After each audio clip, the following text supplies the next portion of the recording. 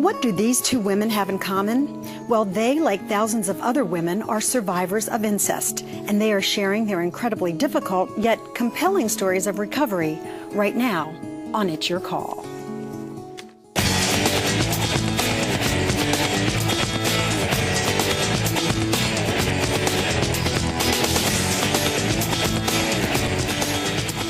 Meet Linda and Jessica. Looking at them today, it's hard to tell what nightmarish lives they lived as little girls. They each suffered horrific abuse at the hands of those who were supposed to love them the most. They are survivors of incest. Hello everyone, I'm Lynn Doyle. Thank you for joining us. This hour, we're talking about a topic that people are uncomfortable talking about. Incest. But I feel strongly that only by creating a dialogue on subjects like this can we truly understand them. And the more the public understands them, the easier it is for victims like my two guests to move on. You have to remember it wasn't that long ago that we didn't talk about sexual abuse or rape or domestic violence. Even words like breast cancer or alcoholism were muttered silently.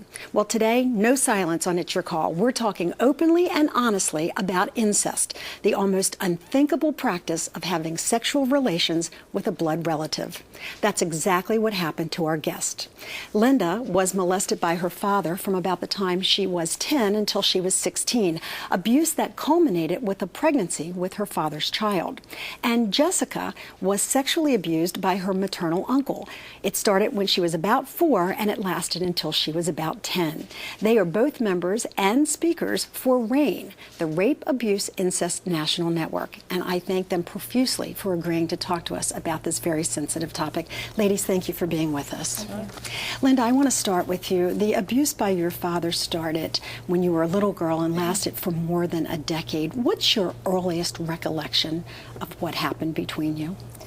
One night when my stepmother was out running around, he had me take off my pajamas and lay down with him on the floor. And I don't remember what was going on with me, but it just seemed like that this is what you were supposed to do because of what I had been through prior to that. It just seemed like you were supposed to do that, and then he began fondling me that night.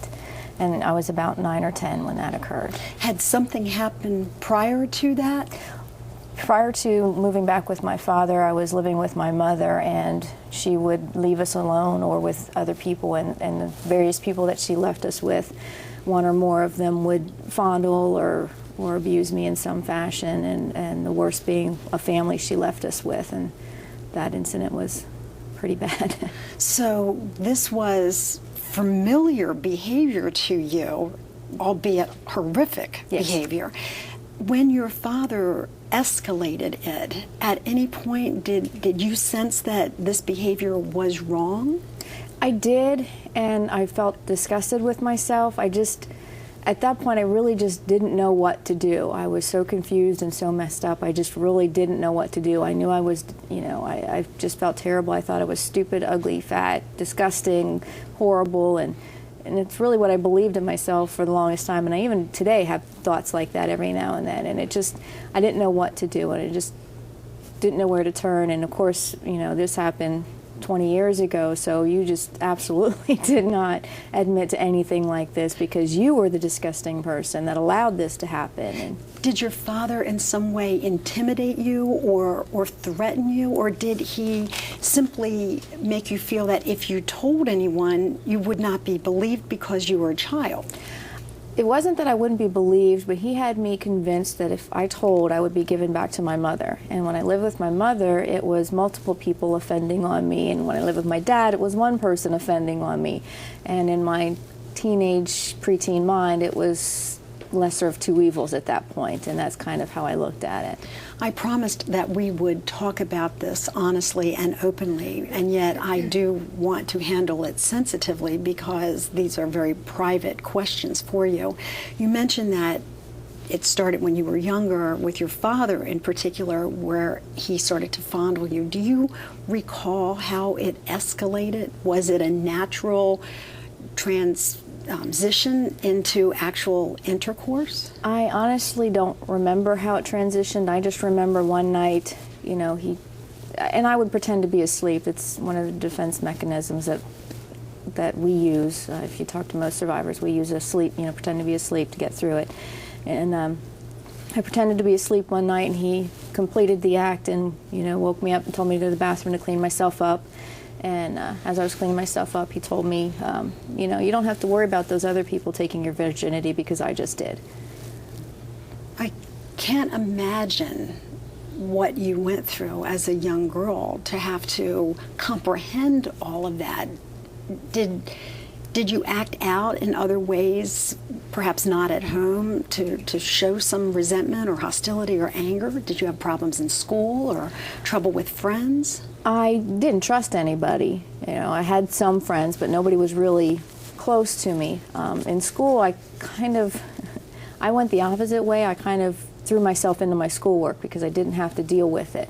And I read a lot. Whenever I wasn't busy doing household chores or taking care of my brother or whatever else I was being required to do, I would read and throw myself into my homework because it just helped me cope, I guess you could say. Other than this nightmare when the sun went down, what was your father like the other part of the day or throughout the week? Well, depends on what kind of mood he was in. If he was in a good mood, I was the best daughter in the world, and he'd tell everybody how he taught me to hunt and fish, and I can do laundry and do all this. And other times it would be, the Bible tells me I can do this to you. It says that I'm supposed to teach you to be a good wife, and this is what I have to do, and things like that. And women are good for nothing but sex, and some of them aren't being even good for that, and I just want to make sure you're going to make a good wife someday. And all women are sluts and whores and all that. I shake my head, and yet this happens far more often than most people who are watching this show realize. And Jessica, it happened to you, but not with your father, with an uncle. Yeah. I wonder how he had access to you, whereas Linda was living with her father and had easy access to her. How frequently did the abuse occur with your uncle? I was so young, I don't really remember. I can't really recollect if it was every weekend, but my situation, again, which is very common with perpetrators, is that I was left in my uncle's care. My mother has two brothers. This is the youngest brother, and my parents were divorced, and we would stay at my grandmother's on the weekends to give my mom, a break, and we would have a great time. We'd go shopping and have lunch, and very often my mom and my grandmother would go out, and I would stay home with my uncle. And I never really pitched a fit or anything. It just was the way it was. I can't really remember exactly. It was so fuzzy, kind of, and I think it's really important that those who are watching that sometimes it's not so crystal clear. Mm-hmm. You don't remember, especially if you're 4 years old. I mean, do you remember anything about being 4 years old? Right.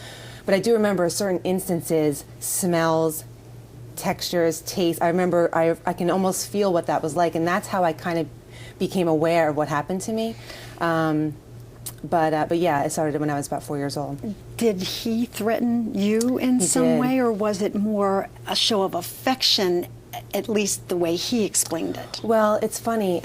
He was always my favorite uncle, and when I was younger, I almost didn't know how to delineate from what was happening to me, because it wasn't violent, it wasn't mean, it wasn't necessarily shrouded. I mean, it was incredibly inappropriate and illegal, but it wasn't something that I felt danger, I think. But he did threaten that I wouldn't get any Christmas presents, that snakes would get me. The kinds of things that a child would respond yeah, to. Yeah, sure, absolutely. And so what it did is it caused me to be an incredibly paranoid child, which then kind of carried into my young adulthood. So I would assume then that you did not at any time try to resist, that you basically succumbed to it. He just told me what to do and I did it. And which is, if anyone who knows me, is the complete opposite of the way I live my life now. But I think it was just what was happening. It was just what we did on the weekends. It's